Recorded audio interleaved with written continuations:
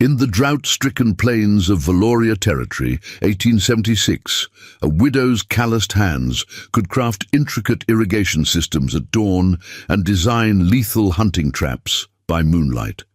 Sophia Thorne had mastered survival tactics and strategic defense before most frontiersmen had staked their first claim. But when the ruthless Carver gang rode onto her land with torches and threats, they mistook her for just another desperate homesteader clinging to parched earth. That mistake would lead them into a labyrinth of death from which few would escape. The relentless summer sun beat down upon Thornwood Farm, baking the golden wheat fields that stood as a defiant testament to Sophia Thorne's ingenuity.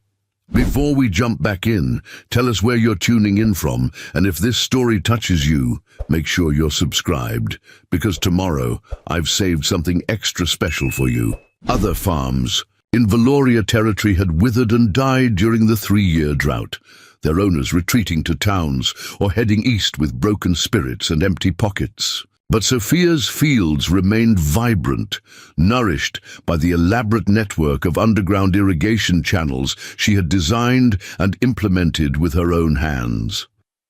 At 43, Sophia possessed a weathered beauty that spoke of years under harsh sun and harsher circumstances. Her once auburn hair, now streaked with silver, was typically bound in a tight braid that hung between her shoulder blades.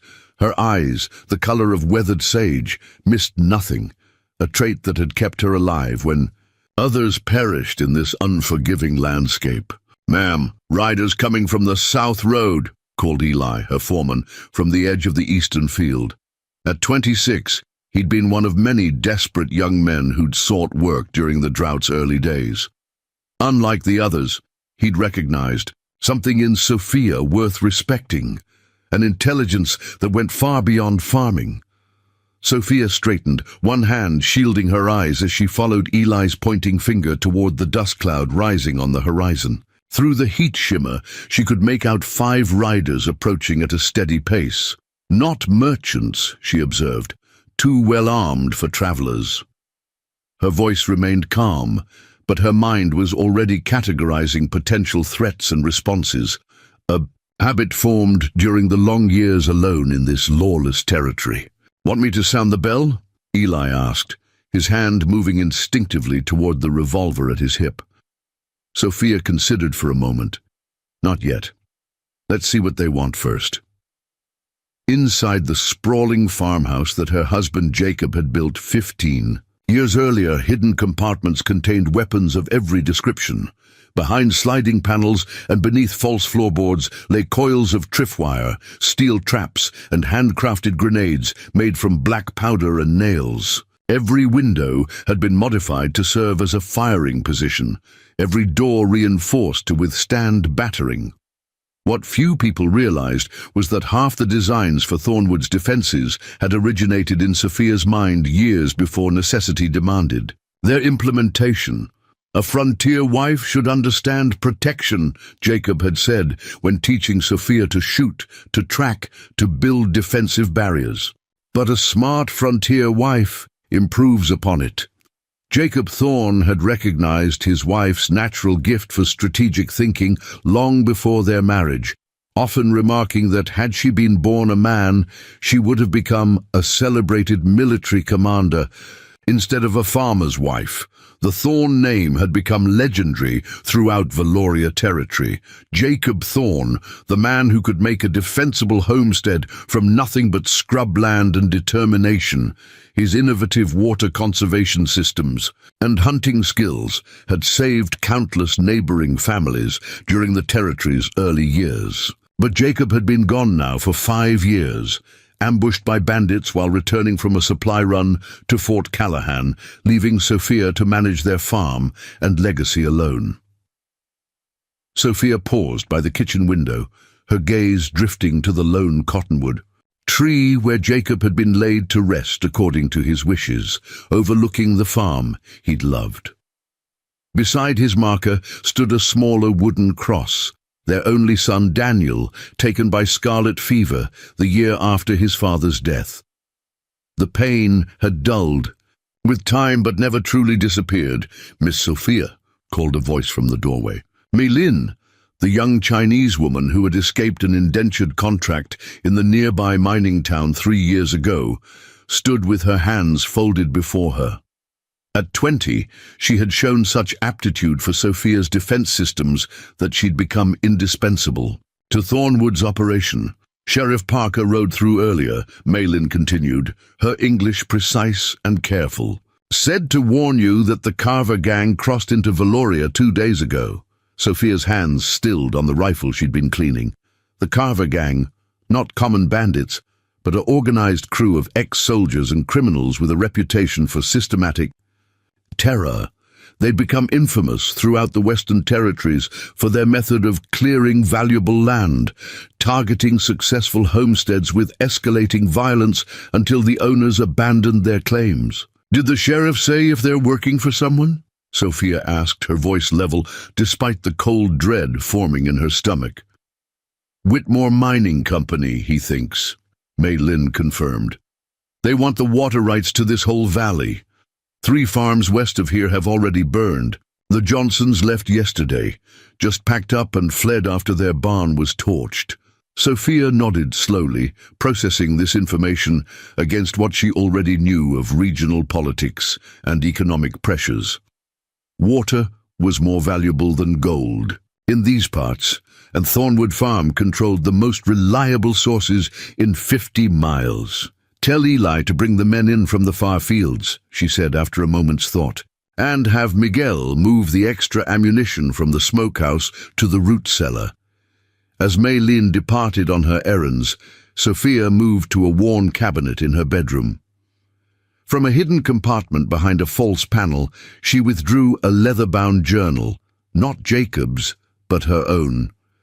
Where her husband had been skilled at building physical defenses, Sophia's specialty had always been in understanding how people moved, predicting their actions, creating scenarios that led opponents exactly where she wanted them.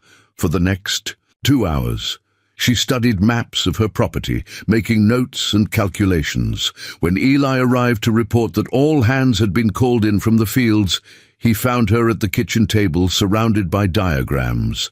Miss Sophia, he asked hesitantly, what are we facing? War, she replied simply, not looking up from her work. A war for Thornwood that's been coming since the drought began. Over the next 3 days, Thornwood Farm underwent subtle transformations. To untrained eyes, the workers appeared to be conducting routine summer maintenance, reinforcing fences, clearing brush along the perimeter, moving equipment between outbuildings. Only Sophia's core group, Eli, Mei Lin, Miguel, and the twins Jonas and Jeremiah, understood they were following a carefully orchestrated plan. The north field needs to be flooded tonight, Sophia instructed, pointing to a seemingly arbitrary section of the property. Divert water from the main reservoir through the secondary channels, but leave the ground looking dry on the surface. Yes, ma'am, Eli replied, increasingly impressed as Sophia's strategy began taking shape. Mei Lin, I need the trigger mechanisms set at all the marked positions by sunset. Miguel will help you camouflage them. The Chinese woman nodded, her delicate fingers already assembling the intricate pressure plates that would activate various traps throughout the property. Her time working in a munitions factory before being sold into servitude had given her skills that proved invaluable to Sophia's plans. Jonas, Jeremiah, Sophia continued, turning to the identical twin brothers whose sharpshooting abilities were renowned throughout the territory. I need false firing positions established in the west and south barns. Make them obvious enough to draw attention, but not so obvious they look like bait. By the 4th morning, Sophia spotted the same dust cloud from earlier approaching Thornwood's main gate. Through Jacob's old spyglass, she counted 8 riders, heavily armed, with the unmistakable posture of men accustomed to violence. At their head rode a broad-shouldered figure with a distinctive red bandana tied around his neck, Gabriel Carver himself, whose name inspired terror throughout 3 territories. Preparing and narrating this story took us a lot of time, so if you are enjoying it, subscribe to our channel. It means a lot to us now. Back to the story. "They're coming," she announced to her assembled workers in the kitchen. "Remember everything we've planned. No one acts without my signal. No one tries to be a hero." The men and women around her table nodded solemnly. They weren't just fighting for a job or a paycheck. They were defending the only safe haven many of them had ever known. Sophia had taken in outcasts, immigrants, those fleeing violent pasts or escaping prejudice. In return, they gave her a fierce loyalty that no amount of money could buy. "Miss Sophia," Eli said quietly, as the others dispersed to their positions, "you should know, we sent word to some of the other homesteads. If things get bad, there are people who'll come." She touched his arm briefly. "Let's hope it doesn't come to that. The more people involved, the higher the risk of someone getting hurt." The riders drew closer, hooves kicking up dust from the dry summer road. Sophia continued her work in the garden, seemingly oblivious to their approach. Inside, she began the mental countdown that would set her plan in motion. Gabriel Carver reined his horse to a stop at Sophia's gate, the animal's hooves stirring small clouds of dust in the dry summer air. Up close, Sophia could see the cruelty etched into his face, a diagonal scar running from his right eye to his jaw, skin weathered from years of outdoor violence, eyes that assessed everything with cold calculation. He matched the description Sheriff Parker had provided. Gabriel Carver, former Confederate cavalry officer, now the commanding presence behind a gang of killers who specialized in land clearance for wealthy interests. "Afternoon, ma'am," Carver called out, his voice carrying a practiced politeness that did nothing to mask its underlying threat. "Mighty fine property you have here." Sophia set down her gardening tools deliberately, taking her time as she straightened and brushed soil from her hands. She'd learned from Jacob that controlling the pace of an encounter often determined its outcome. "Thank you," she replied simply, pitching her voice to sound slightly uncertain. "Can I help you gentlemen with something?" Carver removed his hat with exaggerated courtesy. "Gabriel Carver, ma'am. My associates and I represent certain investment interests in the region." He gestured to the men flanking him, a collection of hard-faced individuals whose relaxed postures couldn't quite hide their readiness for violence. "We're surveying properties for potential business opportunities." "Investment interests?" Sophia echoed, injecting just the right amount of confusion into her tone. "I'm afraid I don't understand what business you might have with my farm, Mr. Carver." From her peripheral vision, Sophia noted how the riders had positioned themselves, not clustered together as casual visitors might be, but spread at intervals that allowed clear lines of sight across her property. Military formation, just as she'd anticipated. She mentally adjusted her timetable, recognizing that these men were more disciplined than the average bandit gang. "Mrs. Carver let the question hang. "Thorne, Sophia Thorne." A flash of recognition crossed Carver's face. Thorne, any relation to Jacob Thorne, the homesteader who designed those underground irrigation systems? Sophia allowed genuine surprise to show. "My late husband. Did you know him?" Carver's smile tightened. "Knew of him. Brilliant man from what I heard. Never had the pleasure of meeting him myself." His eyes narrowed slightly. "Heard he passed some years back. Must be difficult managing such a large operation on your own, Mrs. Thorne." "I manage well enough, Mr. Carver," Sophia answered, her hand instinctively touching the wedding band she still wore on a chain around her neck. "My husband taught me everything I need to know about running this farm." One of Carver's men, a wiry individual with a pockmarked face and tobacco-stained teeth, spat on the ground. "Whole territory's moving forward, ma'am. Whitmore mining, bringing progress. Shame to get left behind because of sentimentality."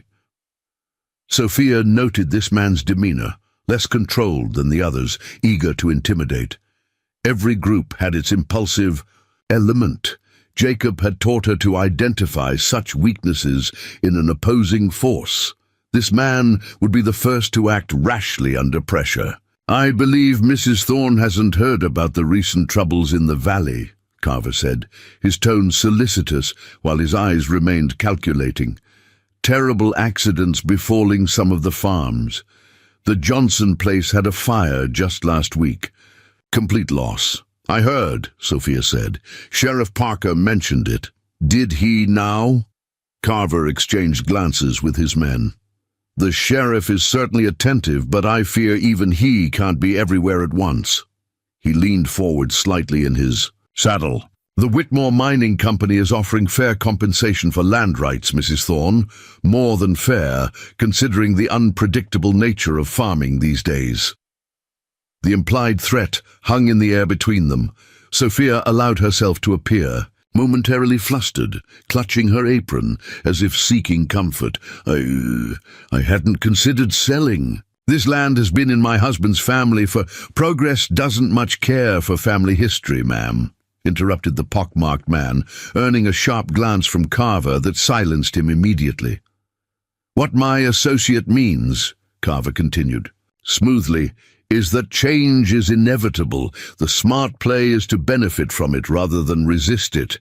He reached into his coat and produced an envelope. "Here's the mining company's initial offer. I encourage you to review it carefully. We'll return tomorrow for your answer." As Sophia reached for the envelope, she noticed the holster on Carver's hip wasn't standard civilian issue. It was a military cavalry holster modified for quicker draws. The other men carried their weapons similarly, positioned for efficiency rather than show. These weren't mere bandits. They were trained killers accustomed to coordinated action. "Mr. Carver," Sophia said, her voice deliberately trembling slightly, "I'm a simple widow trying to preserve my husband's legacy. I don't want any trouble." Carver's expression softened, but his eyes remained watchful. "No one wants trouble, Mrs. Thorne. That's why I'm offering you a clean, simple transaction. Others in the valley have already seen the wisdom in this approach." After their unfortunate accidents, Sophia added quietly, a flicker of something, annoyance. Perhaps respect crossed Carver's face.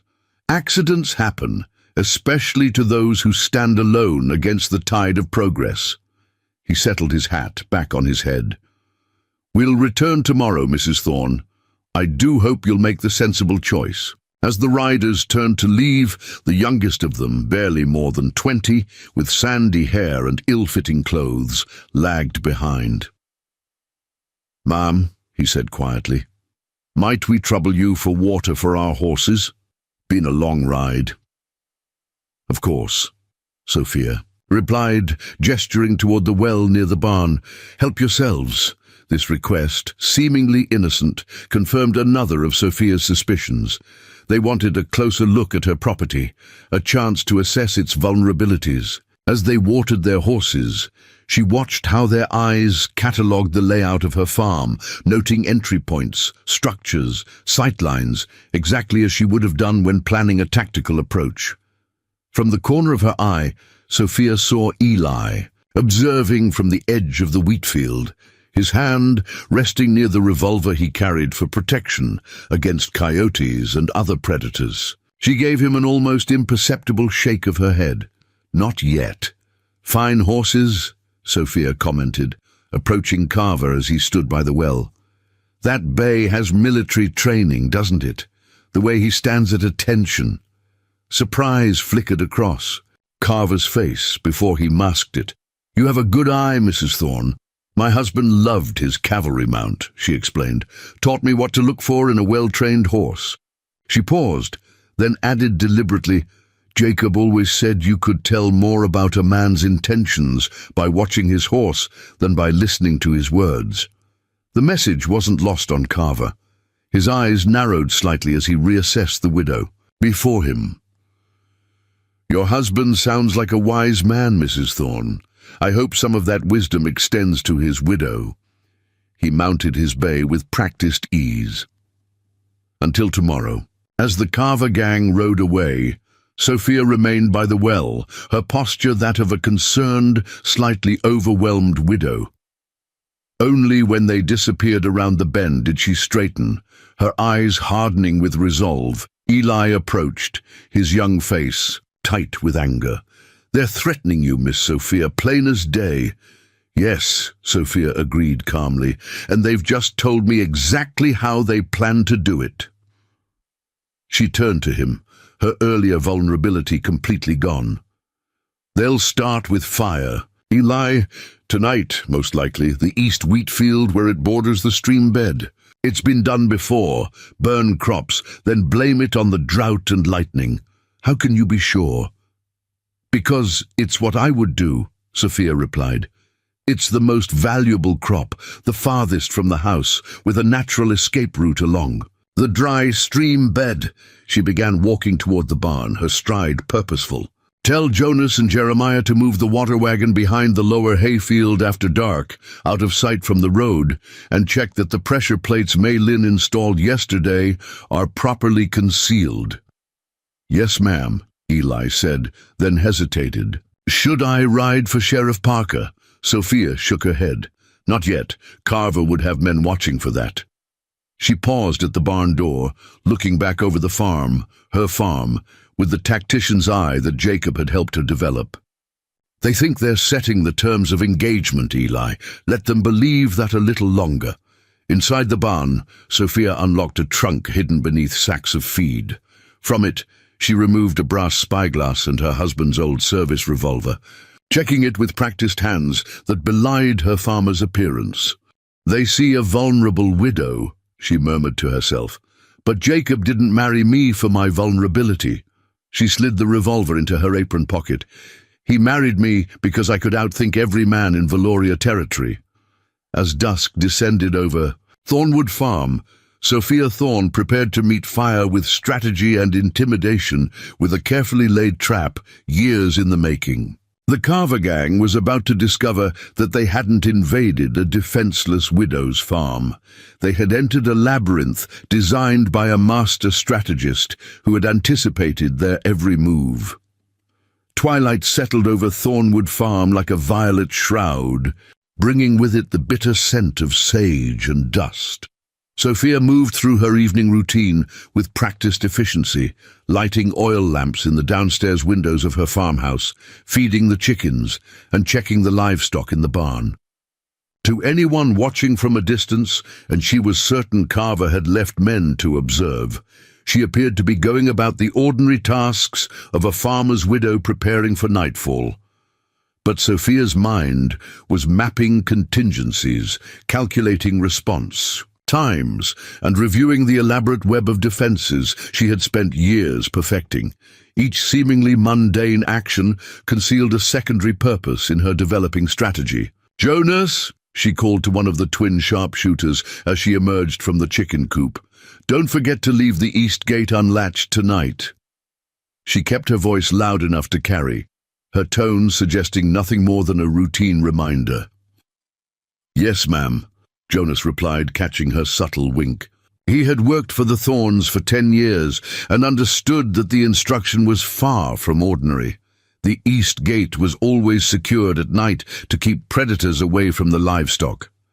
As darkness fell completely, Sophia sat in her rocking chair on the front porch, a shawl wrapped around her shoulders despite the summer warmth. She kept a small oil lamp beside her and opened a Bible in her lap, the very picture of a God-fearing widow finding solace in Scripture before bed. Anyone watching would see a harmless, perhaps slightly pitiable figure.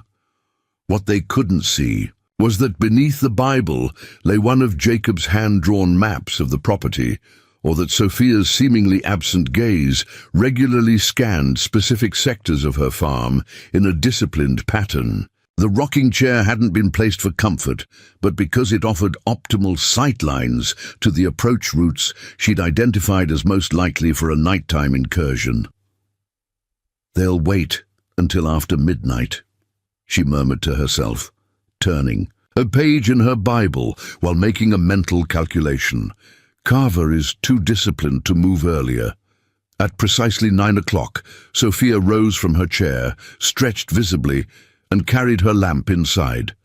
She moved from room to room, extinguishing lights in a pattern that suggested she was preparing for bed. The last lamp she left burning was in her bedroom, visible from the road, a beacon announcing her location to any observers. Once the house appeared settled for the night, Sophia's true work began. In the darkened kitchen, she met with her core. Team: Eli, Maylin, Miguel, and the twins. These weren't just farmhands, they were survivors who had found refuge at Thornwood and learned to defend it. Carver will send men to torch the eastern wheat field tonight, Sophia explained. Her voice transformed from the slightly hesitant widow to that of a commanding officer. She spread a hand-drawn map on the kitchen table. Based on their assessment, today they'll approach along the dry stream bed using it for cover. Shouldn't we just shoot them when they come? Jeremiah asked, his weathered hand resting near the rifle leaning against his chair. Sophia shook her head. That's exactly what they want. A direct confrontation gives them justification to bring their full force against us. Remember, they're portraying themselves as legitimate business agents. We need to undermine that facade. So what's the plan, Miss Sophia? Miguel asked. The Mexican man had fled north after his family's ranch was seized by corrupt officials, finding in Sophia a leader who valued his intelligence and skill with explosives. They expect to find a poorly defended farm with an east field ripe for burning. Instead, they'll encounter the first phase of our response. Her eyes, sharp in the low lamplight, met each person's gaze. Carver is testing us tonight. Let's show him just enough to make him reconsider his approach without revealing our full capabilities. For the next 20 minutes, Sophia outlined their preparations and response. The team listened attentively, occasionally offering suggestions that she considered with the same respect Jacob had always shown his friends and neighbors. This was the Sophia few people ever saw, the strategic mind that had quietly contributed to some of Jacob's most celebrated innovations in frontier defense. Remember, she concluded, this isn't a battle we're fighting tonight. It's simply the opening move in a longer campaign. As her team dispersed to their positions, Maylin lingered. Behind. Miss Sophia, she said hesitantly, the men and I have been talking. If things get dangerous, I won't be taking unnecessary risks, Maylin. Sophia interrupted gently. Jacob wouldn't have wanted that. She picked up her husband's brass spyglass from the table, but he also wouldn't have wanted me to surrender what we built together to men like Carver. After her team had gone, Sophia changed from her day dress into more practical attire, dark trousers usually reserved for the hardest farm work, a black shirt that wouldn't catch on underbrush or reflect light, sturdy boots that Jacob had custom-made for her years ago, and a wide-brimmed hat to shadow her face. Around her waist, she buckled a leather belt that held Jacob's service revolver and a small pouch containing other essentials. In her bedroom, Sophia arranged pillows under the blankets to create the impression of a sleeping figure. She placed her nightgown visibly across a chair and left a single lamp burning low, creating shadows that would suggest her presence to anyone watching from outside. Then she slipped through a concealed door behind the kitchen pantry that led to a root cellar. Jacob had modified the cellar years ago, adding a narrow tunnel that emerged in a small equipment shed 50 yards behind the house, an escape route designed during more dangerous times when Indian raids were common. The night air was cool against Sophia's face as she emerged from the tunnel. She crouched in the shadows for several minutes, allowing her eyes to adjust fully to the darkness and listening intently for any sound that didn't belong to the natural rhythm of her farm. Satisfied that her movement had gone undetected, Sophia made her way to an observation post she had prepared that afternoon, a modified hunting blind positioned in a dense thicket overlooking both the eastern wheat field and the dry stream bed beyond it. From her vantage point, Sophia could monitor her property and direct her team using a system of lantern signals they had established earlier. Arrangements that would have made Jacob proud in their simplicity and effectiveness. As midnight approached, Sophia settled into the practiced stillness she had learned during countless hunting trips with her father and later with Jacob. Her breathing slowed, her senses heightened, and her mind achieved the calm clarity she needed for the task ahead. A faint rustling from the direction of the stream bed snapped Sophia's attention back to the present. Through her spyglass, she detected movement, darker shadows separating from the natural darkness along the water's edge. She counted 4 figures moving with the purposeful stealth of men trying to avoid detection. Right on schedule, she whispered to herself, reaching for the covered lantern at her side. With practiced movements, she flashed a brief signal. 2 short bursts of light that would be visible only to Jonas, positioned in the old oak tree at the edge of the property. The signal transmitted a simple message: "Operation begun. Proceed as planned." Sophia Thorne, the unassuming widow, faded completely. As Sophia Thorne, the strategist, took full command, the farm that had seemed vulnerable and poorly defended in daylight was about to reveal the first layer of its carefully constructed defenses, and Gabriel Carver's men were walking directly into her trap. The 4 men from the Carver gang moved. With practiced precision through the shadows along the stream bed, they maintained proper spacing and paused at regular intervals to listen for any sign of detection. Through her spyglass, Sophia could identify the pockmarked man from earlier leading the group, his movements betraying an eagerness that contrasted with the disciplined stealth of his companions. The intruders carried cloth-wrapped bundles that Sophia recognized immediately as torches, along with what appeared to be containers of coal oil. Their intentions were unmistakable: set a fire large enough to destroy a significant portion of her wheat crop, but controlled enough to appear as a tragic accident rather than deliberate arson. Sophia watched as they reached the eastern edge of her property, where the dry stream bed curved alongside her prized wheat field. The crop stood golden and heavy with grain, nearly ready for harvest after months of careful tending. In normal circumstances, it would have been completely vulnerable to fire, especially given the drought conditions. But Thornwood Farm was no longer operating under normal circumstances. The men paused at the edge of the field, exactly where Sophia had predicted they would establish their position. The pock-marked leader pointed 2 of his men toward the northern edge of the field, while directing the 4th, the youngest one, to remain at the stream bed as a lookout. Their plan was becoming clear. They would start fires at opposite ends of the field, allowing the flames to meet in the middle and destroy the entire crop. Sophia reached for her lantern and gave another predetermined signal. 2 flashes, pause, then a third. Across the darkness, she saw an answering flash from the twins' position. The Carver men began unwrapping their torches, preparing to soak them in coal oil. The pockmarked leader struck a match, its small flame momentarily illuminating his satisfied expression.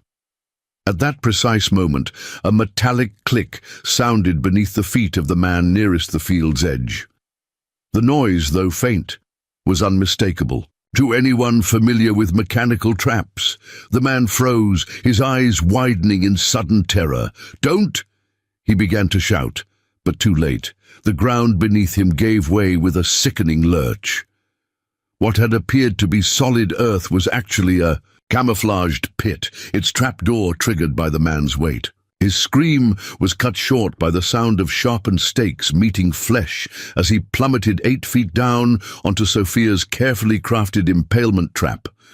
Before the others could react, a tremendous whooshing sound filled the air as the seemingly dry stream bed suddenly flooded with water. Sophia had diverted part of her precious irrigation supply hours earlier, keeping it hidden beneath a thin layer of soil and debris that now washed away. The youngest carver man let out a startled curse as the water surged around his legs, throwing him off balance. "What the hell?" the pockmarked leader hissed, dropping his torch as chaos erupted around him. The third man, panicking at his companions' fate, turned to run, directly into a nearly invisible tripwire stretched at ankle height. As the wire snapped, it released a counterweight that swung a row of sharpened farming tools from their concealed position in a nearby tree. The makeshift scythes slashed across his path, opening a deep gash across his chest and face. Within seconds, what had begun as a simple intimidation operation had transformed into a desperate fight for survival. The pockmarked leader, more disciplined than his companions, dropped to a crouch and drew his pistol, eyes darting frantically in the darkness. "For targets." "Come out, you bitch," he shouted, his earlier pretense at civility abandoned. "I know you're watching." Sophia remained perfectly still in her blind, giving no indication of her position. Instead, she flashed another signal to the twins. 3 quick bursts this time. In response, Jonas, positioned at the northern edge of the property, fired a single shot into the air. The sound echoed across the farm, startling birds from their roosts. "They've spotted us," hissed the young lookout, now slogging through knee-deep water as he tried to retreat from the stream bed. "Hold position," the leader ordered, though Sophia could detect uncertainty creeping into his command. Sophia blew, a small whistle, one of Jacob's old hunting calls. To anyone unfamiliar with frontier signals, it might have sounded like a nightbird or coyote. But to the carver men, already unnerved by the deadly traps, it registered as a deliberate human sound. The response was immediate. Jeremiah, hidden in the brush 70 yards away, fired his rifle. The bullet kicked up dirt just 3 feet from the pockmarked leader. A deliberate miss, but close enough to send a clear message. "That's a warning shot," the youngest carver man said, his voice carrying clearly in the night air. "They could have killed us already." The pockmarked leader hesitated, clearly reassessing the situation. What should have been a simple intimidation operation, burning part of a widow's crop to frighten her into selling, had unexpectedly encountered lethal resistance. The farm that had appeared vulnerable during daylight hours was revealing itself to be a death trap. Through her spyglass, Sophia could see the confusion spreading among the surviving intruders. Doubt was a powerful weapon, one that Jacob had taught her to deploy strategically. Make them question their intelligence, their planning, and eventually their mission, he'd explained during one of their evening discussions about frontier defense. The pockmarked leader gestured for his remaining men to retreat. They began moving back toward the boundary of the property, leaving behind their torches and coal oil and the body of their companion in the pit trap. As they slogged through the water and mud, abandoning stealth in favor of a hasty withdrawal, Sophia gave her final signal of the night. 4 rapid flashes that activated the last phase of the evening's defense. Eli responded by firing a shotgun twice into the air, while Miguel ignited a series of small explosive charges buried along the property's edge. The explosions weren't designed to kill, merely to disorient and terrify. To the retreating intruders, it would appear that they were being driven into a deliberate ambush. "It's a trap!" shouted the youngest carver man, veering away from their planned escape route and heading instead toward the wooden fence that bordered the property. The group scattered, each man choosing a different escape route in their panic to avoid what they now believed was a coordinated attack by multiple defenders. Their coordination shattered, they crashed through underbrush and scrambled over fences, leaving behind their tools of destruction and the body of their companion as they fled into the darkness.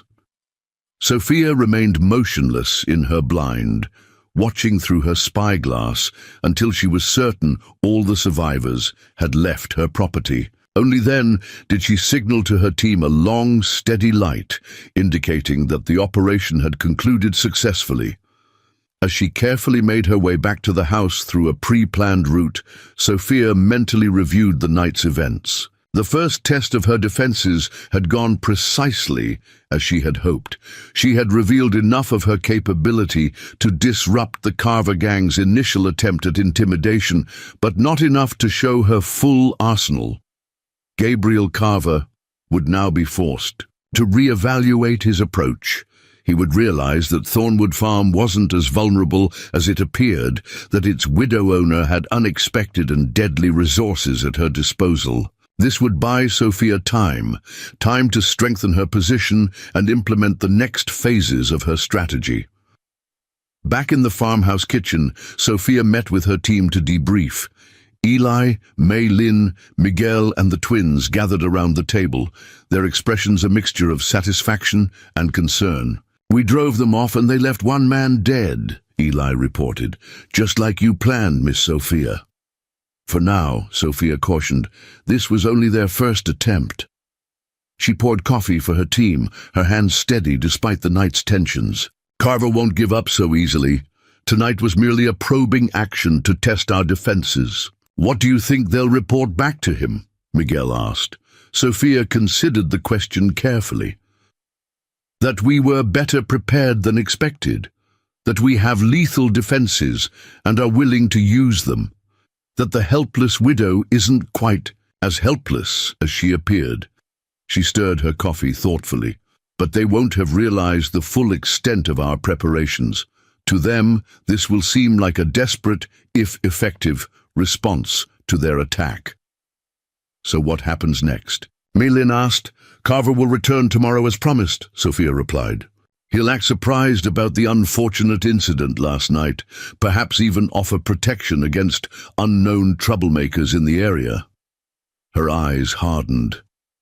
"And when I decline his offer, he'll move to his next approach, likely more direct, possibly in daylight when they believe we'll be less prepared." "And will we be prepared, Mom?" Jonas asked. Sophia's smile was small but resolute. "More than they can possibly imagine." She unfolded a map of the property, revealing additional modifications she had planned. "Tonight was just the beginning. My friends, tomorrow we'll show the Carver gang what happens when they threaten Thornwood Farm." As her team discussed the details of the next day's preparations, Sophia's thoughts briefly turned to Jacob. She could almost feel his approving presence as she applied the principles they had developed together over years of theoretical discussions. About frontier defense. "The best defense," Jacob used to say, "isn't the one that defeats your enemy outright. It's the one that makes them defeat themselves." By dawn, Sophia Thorne would be ready to put that principle into action against Gabriel Carver and his gang of killers. The deadly maze had claimed its first victim, but Thornwood Farm had many more surprises waiting for those foolish enough to return. Morning sunlight bathed Thornwood Farm in golden hues, revealing nothing of the night's violence. Sophia had ordered the removal of all evidence before dawn, the tripwires restrung, the pit camouflaged with fresh coverings, the stream bed returned to its deceptively dry appearance. Only a small, dark stain on the earth, where the killed man had been dragged away by his comrades, remained as testament to the confrontation. Standing on her porch, coffee cup in hand, Sophia spotted the approaching dust cloud that heralded Gabriel Carver's return. Through her spyglass, she counted 12 riders this time, a significant escalation from yesterday's 5. The leader's bright red bandana was unmistakable even at a distance, a splash of color that resembled blood against the neutral tones of the drought-stricken landscape. "He's brought reinforcements," Eli observed, joining her on the porch. "As expected," Sophia replied calmly. "Prepare the inner defenses. We've moved to the second phase." While Eli hurried to convey her orders, Sophia retreated to her bedroom, where she changed into a high-necked black dress, her mourning attire from Jacob's death, carefully preserved for special occasions. The outfit would reinforce her image as a grieving widow, vulnerable and alone. Appearances, Jacob had taught her, were weapons as effective as any rifle when properly deployed. When Carver's expanded force arrived at her gate, Sophia was waiting, a picture of genteel frontier hospitality. Her hair was neatly pinned, her posture one of slight nervousness, a stark contrast to the precise, lethal woman who had orchestrated last night's defense. "Mr. Carver," she called out, her voice carrying just the right note of strained politeness. "I didn't expect you back so soon." Gabriel Carver dismounted with fluid grace, his movements those of a man accustomed to violence yet capable of restraint. Unlike yesterday, he wore no pretense of friendliness. His face was a mask of controlled fury as he approached the porch, flanked by two hard-faced men whose hands never strayed far from their weapons. "Mrs. Thorne," Carver said, his voice deceptively soft, "I believe we need to discuss what happened to some associates of mine last night." Sophia allowed her eyes to widen with rehearsed confusion. "Associates? I don't understand. 3 men were seriously injured on your property after midnight. A 4th never returned."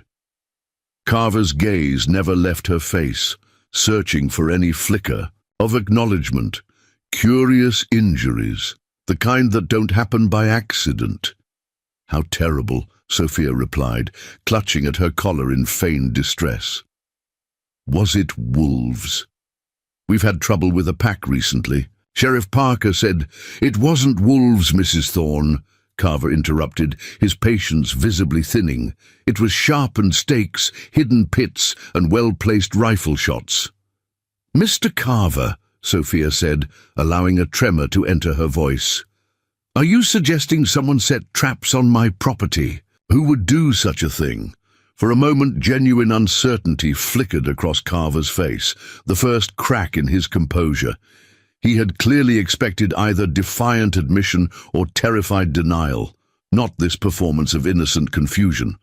"May I offer you coffee?" Sophia continued, gesturing toward the house. "You look like you've had a difficult night." Carver exchanged glances with his lieutenants.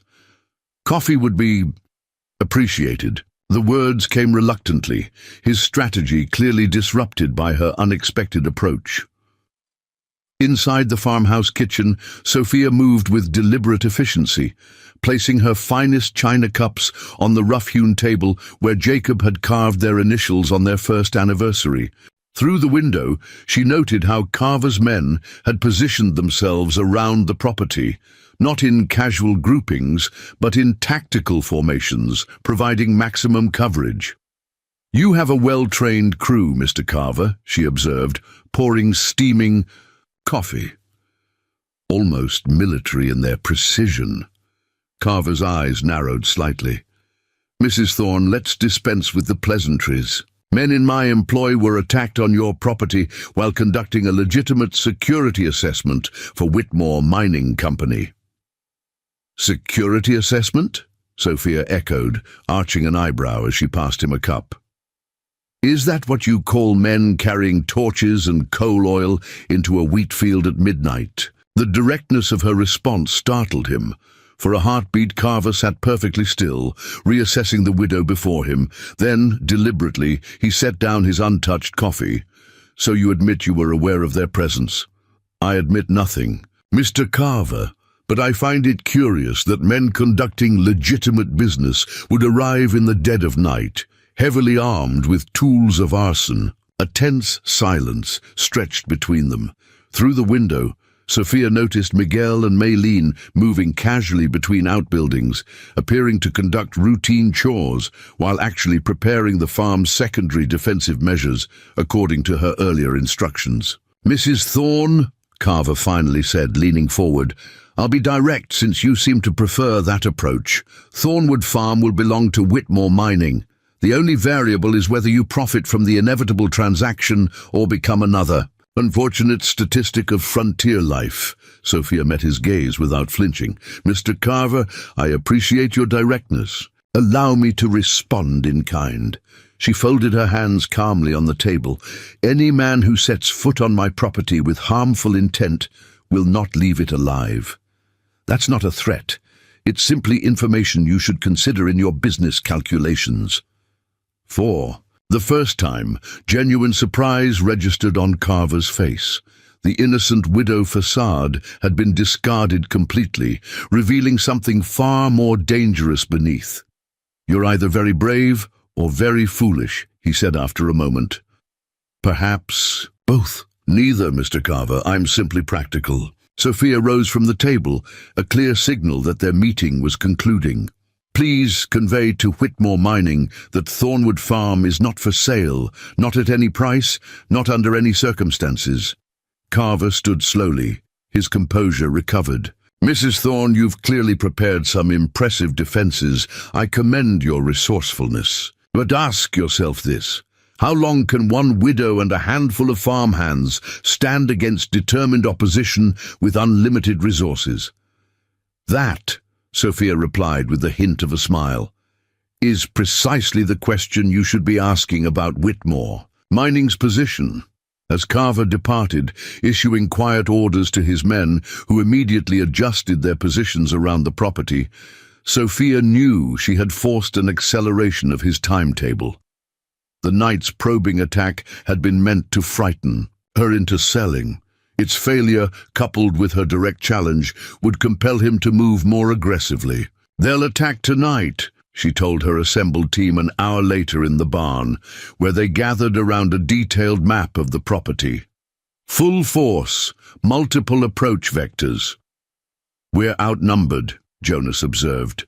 "Even with the twins' shooting skills, we can't cover every approach." "We don't need to," Sophia replied, "because we're not fighting on their terms." She indicated key points on the map where red X marks denoted completed preparations. "Thornwood isn't just a farm anymore. It's a carefully designed killing ground that will divide their forces and eliminate their numerical advantage." She turned to Miguel. "Are the explosive trenches complete?" The Mexican nodded.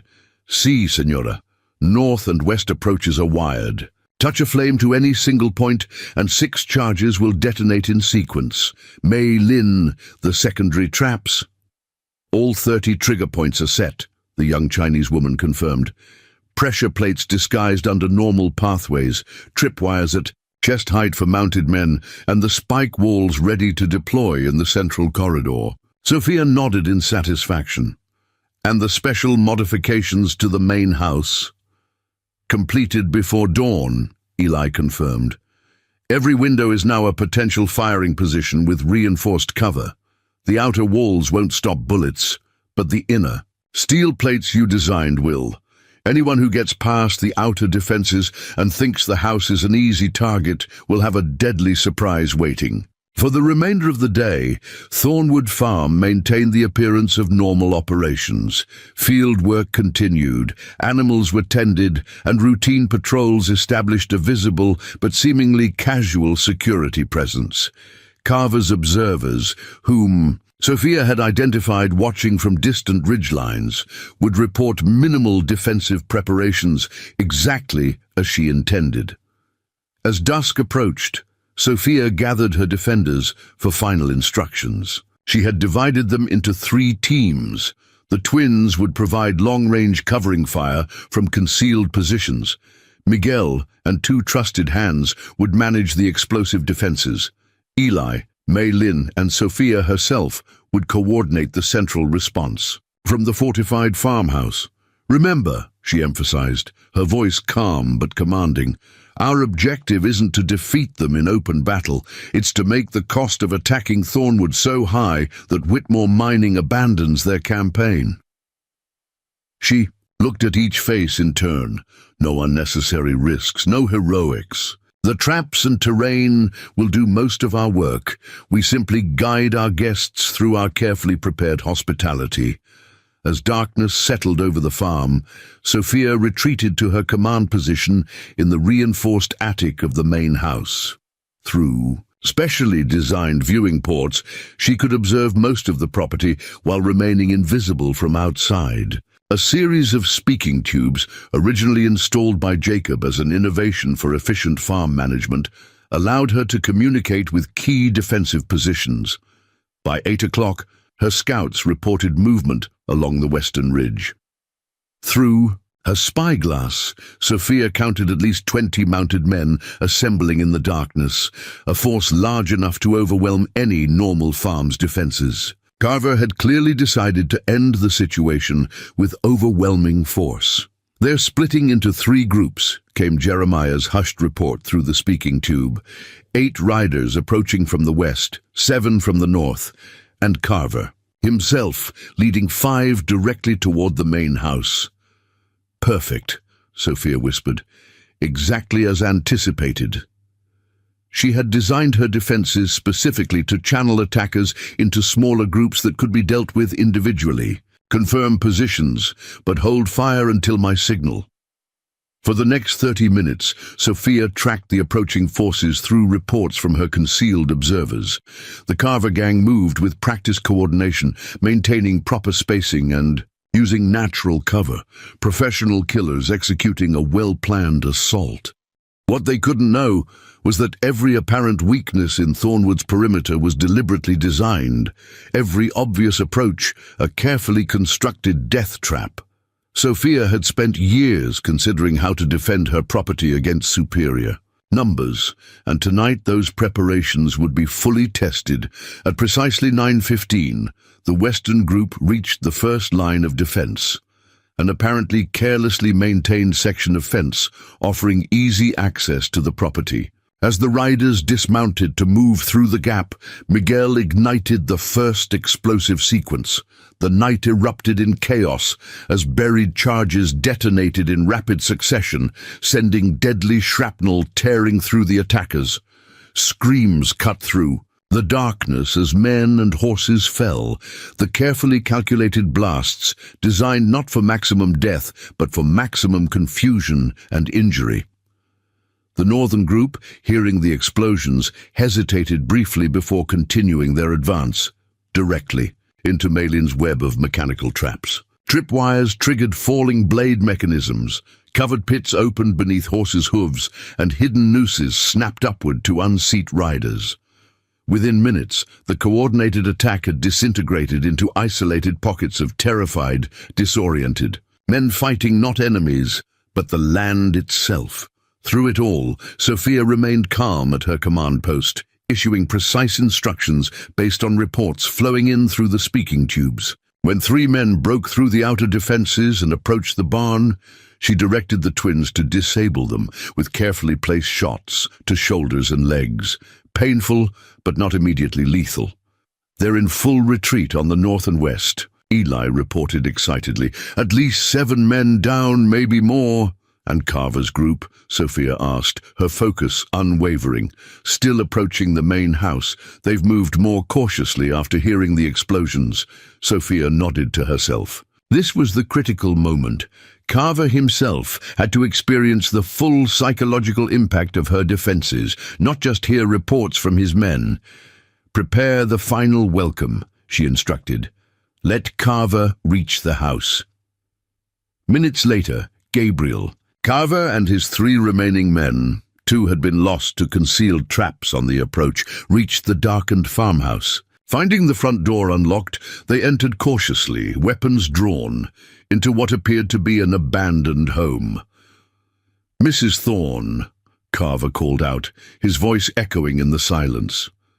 "This ends tonight, one way or another."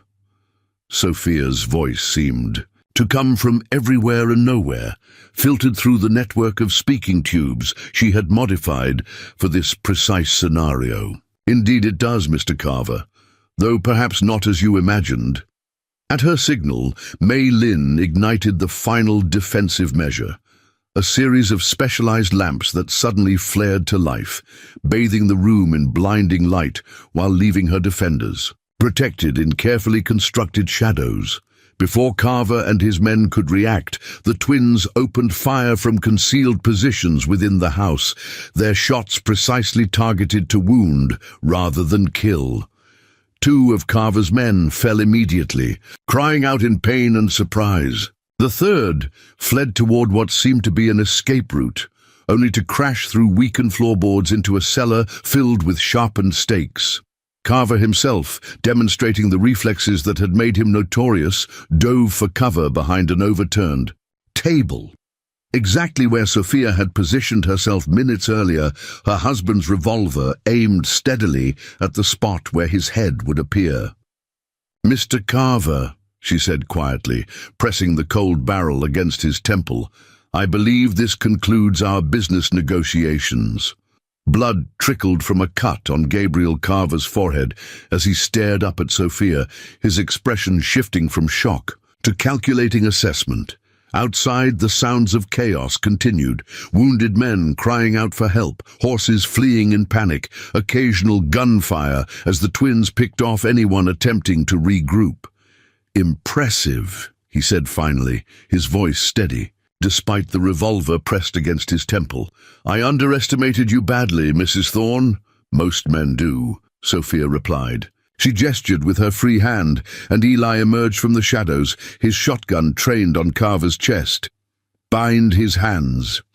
As Eli secured Carver with rope, Sophia maintained her vigilance, never allowing the gang leader a moment to exploit any lapse in attention.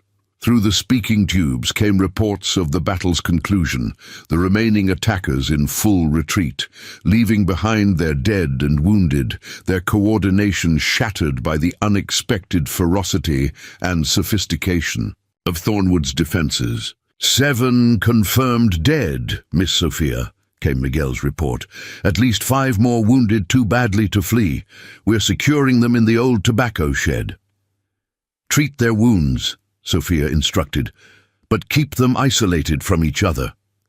She turned, her attention back to Carver, who watched her with newfound respect, mingled with the first traces of genuine fear. "You've won this round decisively," he acknowledged, "but Whitmore Mining doesn't suffer defeats. They'll send more men, a small army if necessary." "Perhaps," Sophia said, gesturing for Eli to bring Carver to his feet. "But first, Mr. Carver, you and I are going to have a conversation about the true economics of this situation." She led him through the house to Jacob's study, a room she had intentionally left unmodified during her defensive preparations. Here, surrounded by her husband's books and maps, with his favorite pipe still resting in its stand as if he might return any moment to claim it, Sophia felt most connected to the strategic mind that had helped shape her own. "Sit," she commanded, indicating a chair positioned where the lamplight would fall directly on Carver's face while leaving her own in shadow. Another lesson from Jacob about interrogation techniques. "You're not just a farmer's widow," Carver observed, testing the strength of his bonds discreetly. "Military background. My husband was the strategist," Sophia replied, seating herself behind Jacob's desk. "I merely paid attention." She removed a folded document from a drawer and laid it before her. "Do you know what this is, Mr. Carver?" He squinted in the uneven light.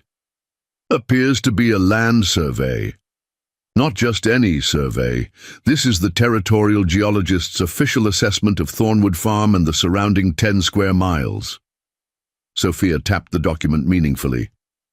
"Conducted 3 years ago at my request after Jacob's death. Do you know what it revealed?" Carver's eyes narrowed. "I'm guessing it's more than water rights that make this property valuable." "Much more." Sophia allowed herself a small smile. "There's a silver vein running beneath the eastern section of my property. One of the richest deposits in the territory, according to the survey. Whitmore Mining has known this for at least 18 months, based on their own geological research." Understanding dawned on Carver's face. That's why they authorized such aggressive tactics. This isn't about water rights or farming land. It's about millions in silver they can extract at minimal cost if they acquire Thornwood for a fraction of its true value, Sophia finished for him, which brings us to your position in this scenario. She stood and moved to the window, careful to remain to the side where she couldn't be targeted from outside. Through the glass, she could see her team efficiently securing the battlefield, collecting weapons from the fallen attackers and ensuring no threats remained. "Whitmore Mining hired you to clear me off this land cheaply and quietly," she continued. I assume they're paying you a percentage of what they save by avoiding a fair market transaction. Carver said nothing, but his expression confirmed her assessment. Tonight has demonstrated that continuing your current approach will be exceedingly costly in both men and materials, Sophia noted, but I'm offering you an alternative that could prove far more profitable. Now she had his full attention. Whatever Carver had expected from this confrontation, execution perhaps or imprisonment, it clearly wasn't a business proposition. I'm listening, he said cautiously. Sophia returned to the desk and drew out another document, this one bearing the official seal of the Territorial Governor's Office. This is a mining rights partnership agreement drawn up by my lawyer in Fort Callahan 6 months ago, when I first heard rumors of Whitmore's interest in my land. It establishes a joint venture between the landowner, me, and a mining operation, partner to be named. She placed it before him. I'm prepared to offer you that partnership position. Carver stared at her in disbelief. You want to go into business with the man who just tried to kill you? I want to go into business with a man smart enough to recognize when circumstances have changed, Sophia corrected. The terms are straightforward. I retain land ownership and water rights. The partner provides mining expertise and operations. Profits are split 60-40 in my favor. Whitmore would never accept such terms, Carver said. Whitmore isn't being offered these terms, Sophia replied coolly. They made their choice when they sent men with torches to burn out a widow instead of approaching me with a legitimate business proposition. She leaned forward, her eyes locked with his. You have connections throughout the territory, Mr. Carver. Access to men with mining experience, the ability to organize operations. With my land and your expertise, we could be extracting silver within 3 months, cutting Whitmore out entirely. For a long moment, Carver sat in silence, the calculation visible in his eyes as he weighed betraying his employer against the potential profits of Sophia's proposal. What's to stop me from agreeing now, then returning with more men once I'm free? He asked finally. Sophia smiled thinly. 3 things, Mr. Carver. First, you've seen only a fraction of Thornwood's defenses tonight. Second, by morning, detailed accounts of your operations throughout the territory will reach the territorial governor, the federal marshal in Fort Callahan, and 3 newspaper editors, unless I send riders to intercept those messengers. She paused, letting the implication sink in. And third, men like you survive by reputation. How would your future employers view you if they learned you'd been comprehensively outmaneuvered by a widow with a farm? A reluctant smile tugged at Carver's mouth. You've thought of everything, haven't you? Not everything, Sophia admitted. Just enough to change the circumstances from what you expected to what I required. She produced a small key and unlocked his restraints. You have until dawn to decide. My terms or the consequences of tonight's failure, both with the law and with Whitmore Mining, who I suspect are not forgiving of such expensive disappointments. As the night wore on, Sophia coordinated the cleanup of her battleground. The dead were laid out respectfully in the barn, personal effects catalogued for return to families where possible. The wounded received treatment from Maylin, whose knowledge of herbal medicine proved as valuable as her skill with mechanical traps. In the small hours before dawn, Gabriel Carver requested another meeting. He found Sophia in the kitchen, calmly preparing breakfast for her team, as if the night's violence had been nothing more extraordinary than a summer storm. I've considered your proposal, he said without preamble. It's unconventional, but potentially profitable for both parties. And your decision? Sophia asked, continuing to slice bread with the same steady hands that had held him at gunpoint hours earlier. I accept your terms, with 2 conditions. Carver straightened, some of his commanding presence returning now that he negotiated as a potential partner rather than a defeated enemy. First, my men who survived, including the wounded, receive fair treatment, and the opportunity to work legitimately in our mining operation if they choose. Sophia nodded. Acceptable, provided they understand that any return to their previous methods will be met with permanent consequences. And your second condition, that you explain how a farmer's widow transformed this property into the most elaborate defensive system I've ever encountered, including during the war. Genuine curiosity had replaced his earlier antagonism. I've led military operations that were less sophisticated than what you orchestrated tonight. Sophia set down her knife and studied him thoughtfully. The question wasn't just professional interest.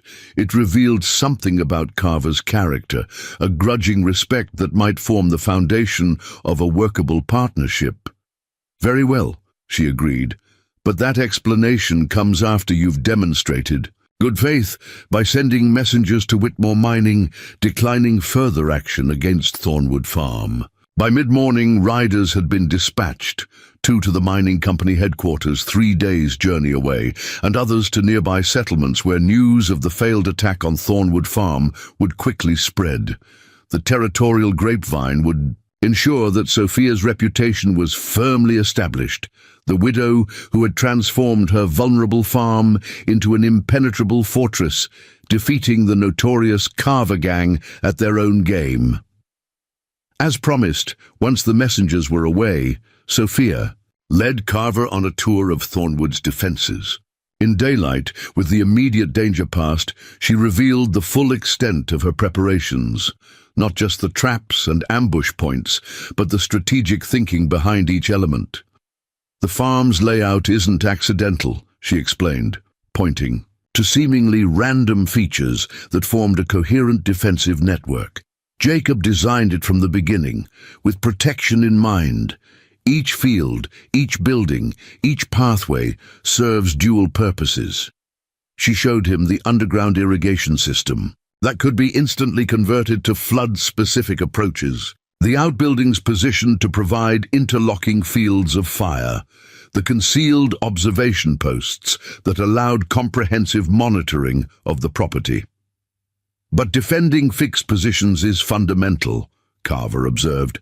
The real sophistication was in your coordination. You maneuvered my men exactly where you wanted them. Sophia nodded. That was my contribution to Jacob's original design. He created the fortress. I created the maze. She pointed to the speaking tube system that connected key positions. Communication and timing are what transform static defenses into an active response network. As they completed the tour atop a small rise overlooking the farm, Carver shook, his head in reluctant admiration. Whitmore Mining never stood a chance, did they? Neither did you, Sophia replied frankly. But unlike them, you've proven adaptable enough to recognize when your strategy has been countered. She extended her hand in a business-like gesture. Partners, then. You handle the mining operations and the territorial politics. I'll manage the land and security. Carver hesitated only briefly before accepting the handshake. Partners. Though, I pity anyone who crosses you in the future, Mrs. Thorne. Most won't see the danger until it's too late, Sophia said with quiet confidence. Just as you didn't. Over the following weeks, Thornwood Farm underwent another transformation. The deadly traps were carefully documented, then mostly disassembled as the property shifted from defensive fortress to operational headquarters for the newly formed Thornwood Silver Company. Men who had attacked the farm now labored to establish mining operations on its eastern section, their former hostility replaced by wary respect for the widow who had defeated them. Gabriel Carver proved surprisingly effective as operations manager, his natural authority and organizational skills well suited to the complex logistics of mineral extraction. Sheriff Parker, responding belatedly to reports of gunfire at the farm, found himself presented with a legitimate business partnership rather than the bloody aftermath of bandit violence he had expected. His confusion only increased when former members of the Carver gang politely offered to register as law-abiding residents of the territory. 1 month after the night battle that had decided Thornwood's fate, Sophia stood beside Jacob's grave in the cool evening air. The sounds of construction from the eastern ridge, temporary buildings for the mining operation, carried faintly on the breeze. "Not what we planned," she said softly to the weathered marker. "But I protected what was ours, just as you taught me." Her fingers traced the carved name tenderly. "I turned their strength against them, made them defeat themselves. The greatest victory is the one where your enemy becomes your ally." As darkness fell, lamps winked on throughout the property, no longer signaling defensive positions, but marking the boundaries of a growing enterprise. Sophia Thorne, once dismissed as a vulnerable widow clinging to her husband's legacy, had established herself as a force to be reckoned with throughout the territory. "Mrs. Thorne," called Eli from the porch. Mr. Carver's returned from Fort Callahan, with the final permits and some interesting news about Whitmore mining. Sophia smiled and turned toward the house. The deadly maze had served its purpose, transforming danger into opportunity. Now she would build something new on the foundation of respect her strategic brilliance had commanded, a legacy entirely her own. "Coming, Eli," she replied. "I believe we have some celebrating to do." 6 months after the night Gabriel Carver's, men fell prey to Thornwood's deadly maze. The once isolated farmstead had transformed into an operation that dominated the regional economy. Where wheat fields had stretched to the horizon, orderly mining structures now rose alongside agricultural plots. The silver strike had proven even richer than the territorial survey suggested, its high-grade ore yielding profits that exceeded even Sophia's calculated projections. The main house, still serving as Sophia's residence, had expanded to include offices from which she directed the business aspects of their growing enterprise. The defensive systems remained, though modified, less lethal but equally effective at securing the valuable operation against opportunistic thieves or corporate saboteurs. "Production report from the Eastern Shaft," Maylin announced, entering. Sophia's study with a sheaf of papers. No longer just a farmhand, the young Chinese woman had revealed an exceptional talent for numbers and now served as Thornwood's head accountant. "We've exceeded last month's output by 17%. Sophia nodded as she reviewed the figures. "And the refining costs?" "Lower than expected. Miguel's new smelting technique is proving more efficient than standard methods." Like many of Sophia's original defenders, Miguel had found his skills valued in ways the outside world had never appreciated. His knowledge of explosives, once used to create deadly traps, now served to open new mining shafts with precision that minimized waste and maximized safety. A knock at the doorframe interrupted their discussion. Sheriff Parker stood there, his expression a mixture of respect and lingering bewilderment at how completely the power dynamics in his territory had shifted. "Mrs. Thorne," he said, removing his hat. "Got a telegram from the capital you might want to see." He extended an envelope bearing the territorial governor's seal. Sophia opened it and scanned the contents, her composed expression betraying nothing of her thoughts. "Thank you, Sheriff. Please tell Mr. Carver I'd like to see him when he returns from the North Shaft." After Parker departed, Sophia passed the telegram to Maylin. "It seems Whitmore Mining has filed a formal complaint with the territorial offices, alleging theft of proprietary geological data and interference with legitimate business interests." Maylin's eyes widened. "After 6 months? Why now?" "Because now we're an established threat," Sophia replied. "Our first silver shipment to the Federal Mint in Denver confirmed what they've feared. Thornwood is becoming too successful to ignore." She moved to the large map of the territory that dominated one wall of her study. Colored pins marked various properties and mining claims, with Thornwood at the center of an expanding network of influence. What had begun as a single farm's defense had evolved into a regional economic force that directly challenged Whitmore's long-standing dominance. "They'll send lawyers next," Sophia predicted. "Then political pressure. Failing those, they'll attempt more direct methods again. But we're better prepared now," Maylin observed. "Yes and no." Sophia studied the map thoughtfully. "We have more resources, but also more vulnerabilities. A larger operation means more points of potential attack. Supply lines, shipping routes, banking relationships." She turned as Gabriel Carver entered, trail dust still clinging to his clothes from his inspection of their northern claims. In 6 months, their unlikely partnership had evolved into a relationship of genuine respect. While never warm, their interactions had the easy efficiency of two professionals who recognized each other's complementary strengths. "Whitmore's finally making their official move," she said without preamble, handing him the telegram. Carver scanned it, his expression darkening. "I expected this weeks ago. Vernon Whitmore doesn't tolerate competition, especially not from those he considered easy targets." He met Sophia's gaze directly. "They'll send Harrison Pinkerton next." "The attorney?" Sophia asked. "The fixer," Carver corrected. "Officially Whitmore's legal counsel, unofficially their specialist in eliminating problems through various means. Some legal, most not. I've worked alongside him on previous acquisitions." He set the telegram down. "He's more dangerous than I ever was, Sophia. He doesn't just rely on force. He corrupts from within, finds weaknesses, turns allies against each other." Sophia absorbed this information with the same methodical focus she applied to all tactical challenges. "Then we'll need to accelerate our contingency planning."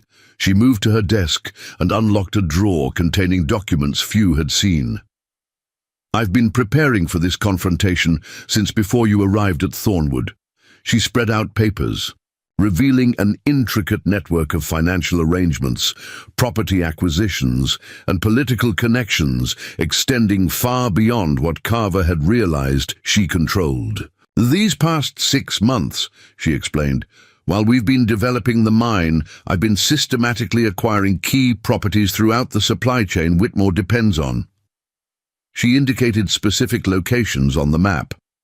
The Eastern Staging Depot, the Southern Shipping Office, 3 strategic water sources for their primary operations, and most recently, controlling interest in the bank that finances their territorial expansion. Carver stared at the documents in astonishment. "How did you manage this without alerting them?" "Proxy buyers, shell companies, methods I observed during Jacob's dealings. With frontier speculators." Sophia's expression remained impassive, but satisfaction glinted in her eyes. "Whitmore has been so focused on direct competition with our mining operation that they failed to secure their operational foundations." "You haven't just been defending Thornwood," Carver realized. "You've been systematically encircling Whitmore, mining itself." "The best defense is a carefully structured offense," Sophia confirmed. "Jacob taught me that years ago." For the next week, Thornwood operated under heightened security as they prepared for Whitmore's response. Sophia implemented what she called visible precautions: armed guards at mine entrances, increased patrols, reinforced shipping protocols. These measures would be immediately apparent to any observer. More importantly, she activated her hidden preparations: financial maneuvers designed to pressure Whitmore's credit lines, selective information shared with territorial officials raising questions about Whitmore's tax compliance, and quiet reinforcement of her network of allies throughout the region. Harrison Pinkerton arrived with the autumn's first cold snap. A well-dressed figure whose carefully groomed appearance belied the ruthlessness Carver had described.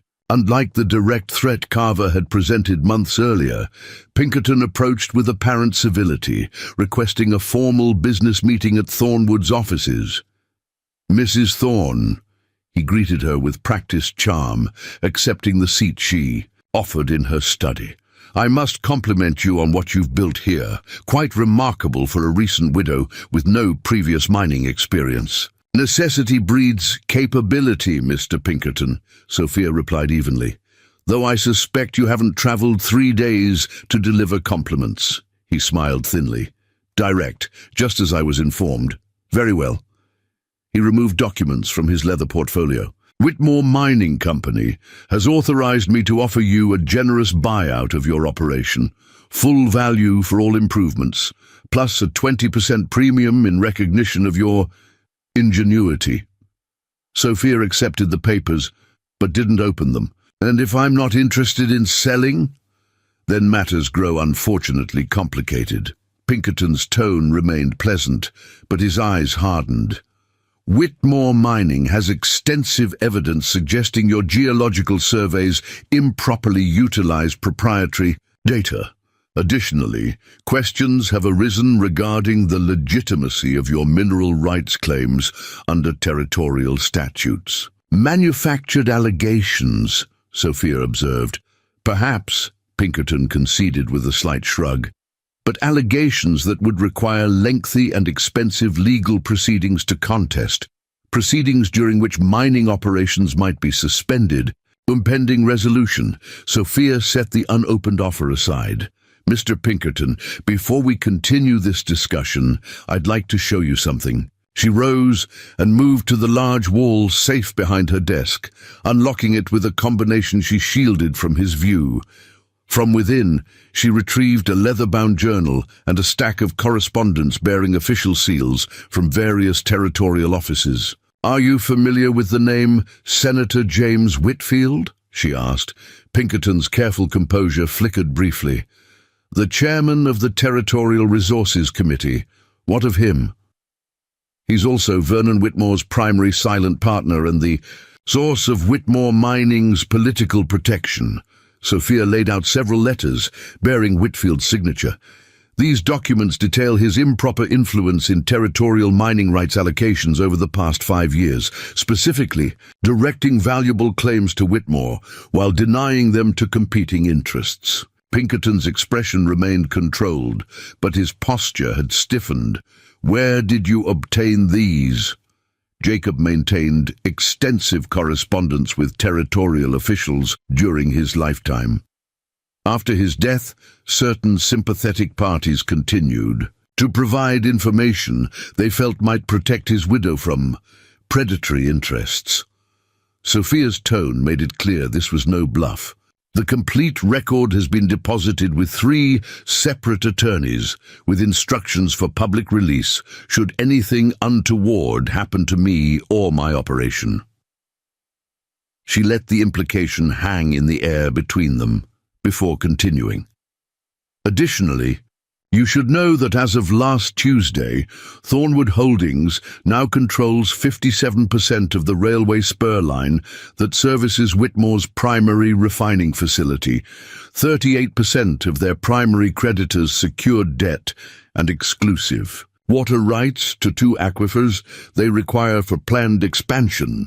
For the first time, genuine surprise registered on Pinkerton's face. "That's not possible. Those assets weren't for sale."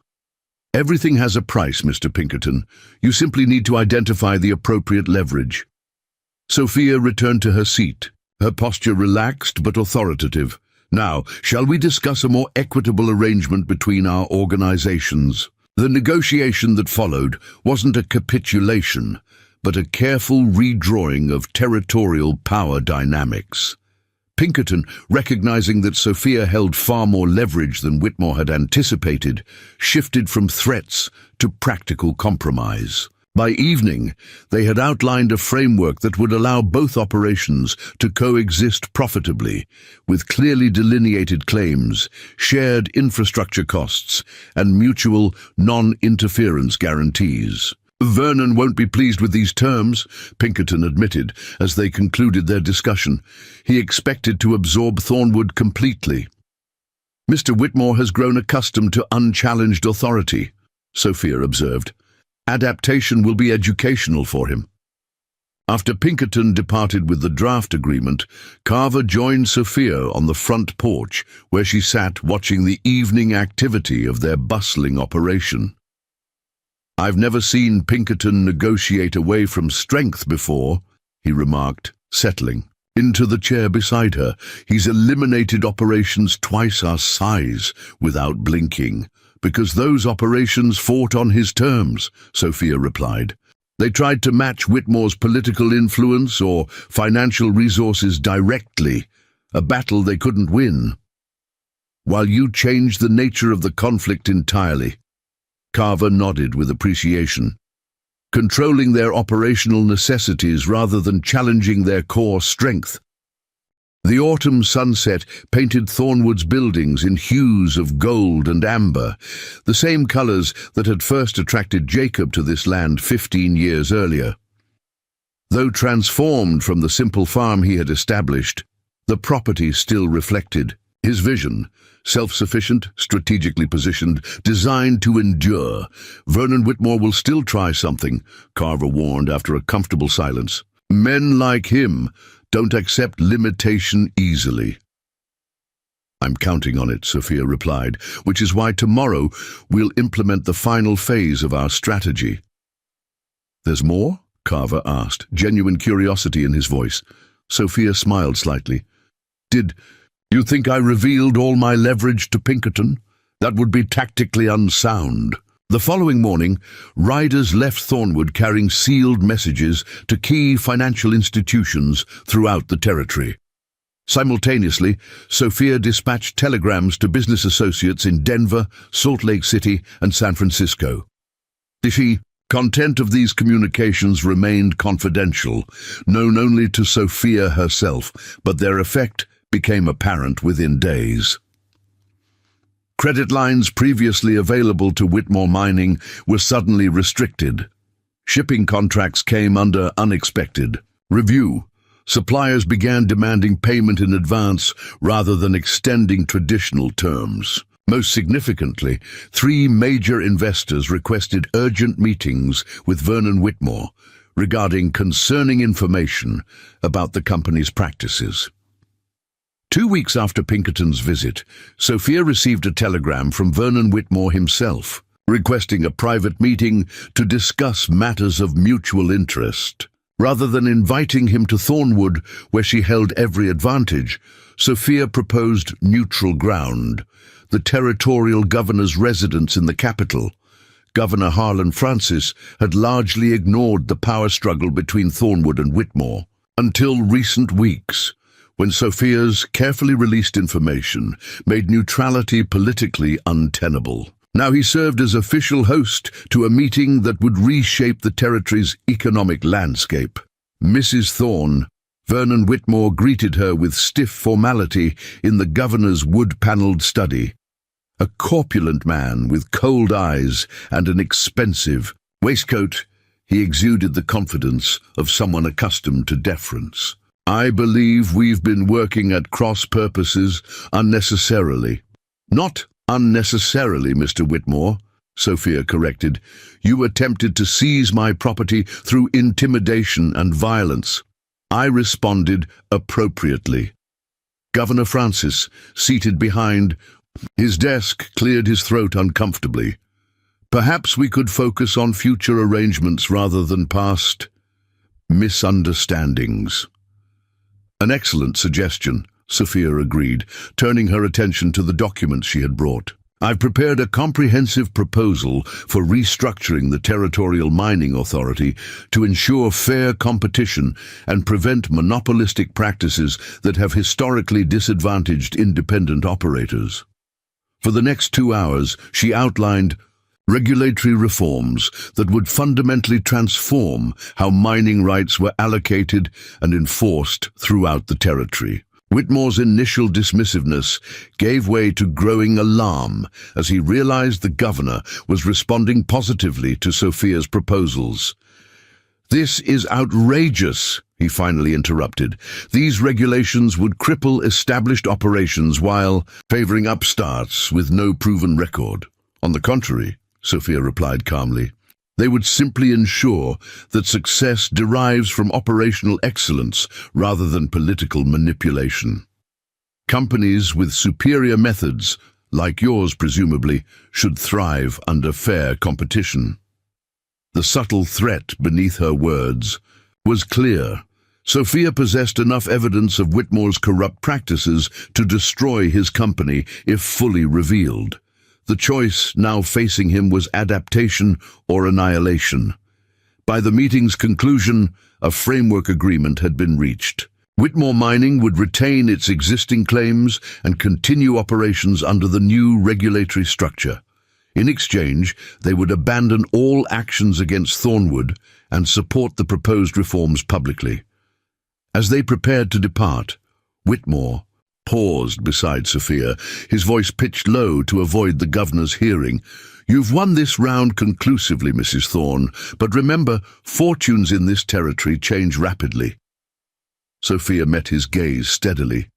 "Indeed they do, Mr. Whitmore.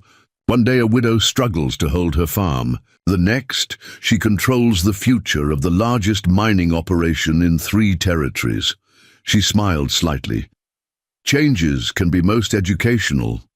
1 year to the day after Gabriel Carver first rode onto her property with threats and torches, Sophia Thorne stood on the steps of the newly constructed Thornwood Company headquarters in the territorial capital. Before her gathered employees, business associates, and government officials, she prepared to formally open an enterprise that had expanded beyond mining into banking, transportation, and regional development. Beside her stood her core team, Eli, now operations director, Maylin financial controller, Miguel engineering chief, and the twins heading security. Gabriel Carver, having proven himself a valuable partner, managed their mining division with the same efficiency he had once directed. Toward threatening vulnerable targets, Thornwood began as one man's dream of independence, Sophia told the assembled crowd. Jacob believed that with strategic thinking and proper preparation, even the most vulnerable position could be transformed into one of strength. Her gaze swept across faces that had once looked to her for protection and now looked to her for leadership. "When threatened, we defended what was ours. When challenged, we expanded our capabilities. When underestimated," she smiled slightly, "we educated those who failed to recognize that apparent vulnerability can conceal remarkable strength." As applause rose from the gathering, Sophia glanced briefly toward the small photograph of Jacob she kept in a silver locket around her neck. The deadly maze she had created to defend his legacy had evolved into something far greater, a new kind of fortress built on strategic intelligence rather than physical barriers. Carver joined her as the crowd began to disperse following the ceremony. "Quite a journey from that first confrontation," he observed, "though I still maintain the most remarkable aspect was your transformation of enemies into allies." "Not transformation," Sophia corrected. "Recognition. I simply created circumstances where your natural capabilities served my objectives rather than opposed them." She surveyed the thriving business that had grown from her defensive strategy. "The strongest position isn't the one that eliminates all opposition, but the one that channels opposition into productive directions." That evening, as light faded across the prosperous territory that Thornwood now significantly influenced, Sophia returned alone to the original farmhouse she maintained as her private residence. Though her business headquarters had moved to the capital, she had preserved the heart of Jacob's homestead, a reminder of where everything had begun. In the fading light, she walked to the cottonwood tree where Jacob and Daniel rested. The deadly maze that had once surrounded this spot had served its purpose, protecting what she valued most when direct confrontation would have meant defeat. Now different kinds of defenses, financial, political, structural, secured the empire she had built from a widow's desperate strategy. They came with torches, thinking I was defenseless, she told the weathered markers softly. They never saw the real threat until it was too late. She touched the rough wood of Jacob's headstone gently. Just as you taught me, as darkness settled. Over Thornwood Farm, lights winked on in distant mine buildings and processing facilities. What had begun as a desperate widow's defense had transformed an entire territory. The bandits who had once threatened her crops had instead harvested a whirlwind of their own destruction, their arrogance becoming the seeds of Sophia Thorne's unlikely rise to power. For in the end, the deadliest maze hadn't been the physical traps that claimed their comrades, but the strategic labyrinth created by a woman they had fatally underestimated. A labyrinth from which there had been no escape, only transformation on her terms. Up next, you've got 2 more standout stories right on your screen. If this one hit the mark, you won't want to pass these up. Just click and check them out, and don't forget to subscribe and turn on the notification bell so you don't miss any upload from us.